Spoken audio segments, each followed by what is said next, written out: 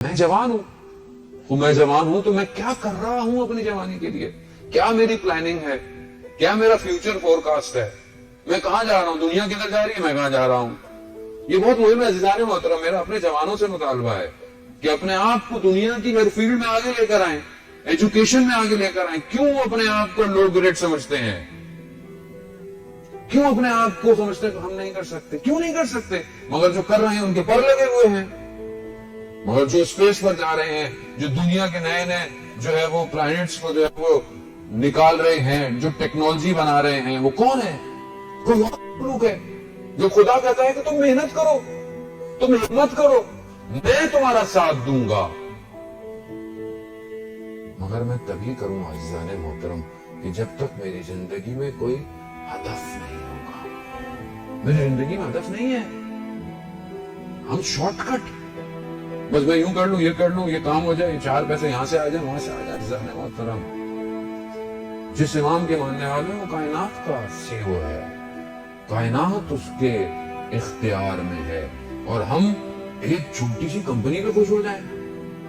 میں کیوں نہیں پرواز کر پا رہا؟ کیونکہ میں سوچ نہیں رہا پڑا، میرا ہدف نہیں ہے. ایک اسپیکر کہنے لگا کہ ایک ٹیچر کلاس میں اپنے گئی، اس نے دیکھا کہ بچہ جو ہے وہ بہت ہی عجیب و غریب ہے، دروازے کے ساتھ الٹی سیدھی مستیاں کر رہا ہے. میں گئی تو مجھے غصہ آیا. میں نے کہا کلاس سے باہر نکل جاؤ. نکل گیا. میں نے پرنسپل کو جا کے بولا کہ یا تو میں ہوں یا تو یہ بچہ ہو. برداشت نہیں کیا کہ بچہ بدتمیز ہے، نکال دیا اس کو. کہتے پھر میں جب ٹیچرز کے ساتھ روم میں گئے تو میں نے کہا کہ میں نے یہ کر دیا. تو ایک ٹیچر نے کہا کہ آپ کے پاس سارے وہ الفاظ نہیں کہ آپ سب دروازے کھول سکیں. مجھے بہت غصہ آیا، لیکن میں بیٹھ کر میں نے سوچا کہ صحیح کہہ رہا ہے. میرے الفاظ وہ نہیں کہ جو ہر دروازے کی چابی ہو.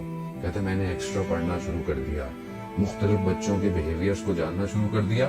پھر میں اس مقام پر پہنچ گئی کہ جب بھی اسکول میں کوئی بھی آڑا ٹیڑھا شیطان بچہ ہوتا تھا، سب کہتے تھے کہ اس ٹیچر کو دو، یہی سب صحیح کر سکتا ہے. یعنی ہدف ہونا ضروری ہے. میری لائف میں جب کوئی مشکل آتی ہے میں تو لرزنا شروع ہو جاتا ہوں.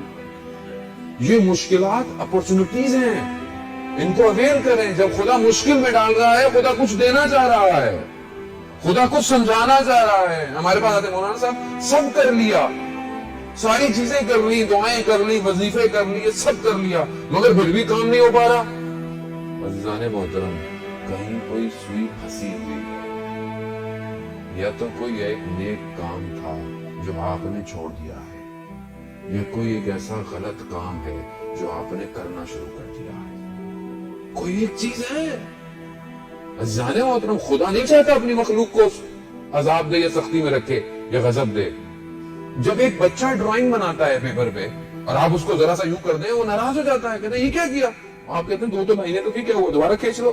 وہ کہتے نہیں، میری کریشن تھی، میری ڈرائنگ تھی، یہ کیا کیا آپ نے؟ جب ایک بچہ ایک کاغذ کی 2 لکیروں کو نابود ہوتے ہوئے نہیں دیکھ سکتا تو وہ خالق اپنی مخلوق کو کیسے پریشان دیکھ سکتا ہے؟ کیسے دیکھ سکتا ہے؟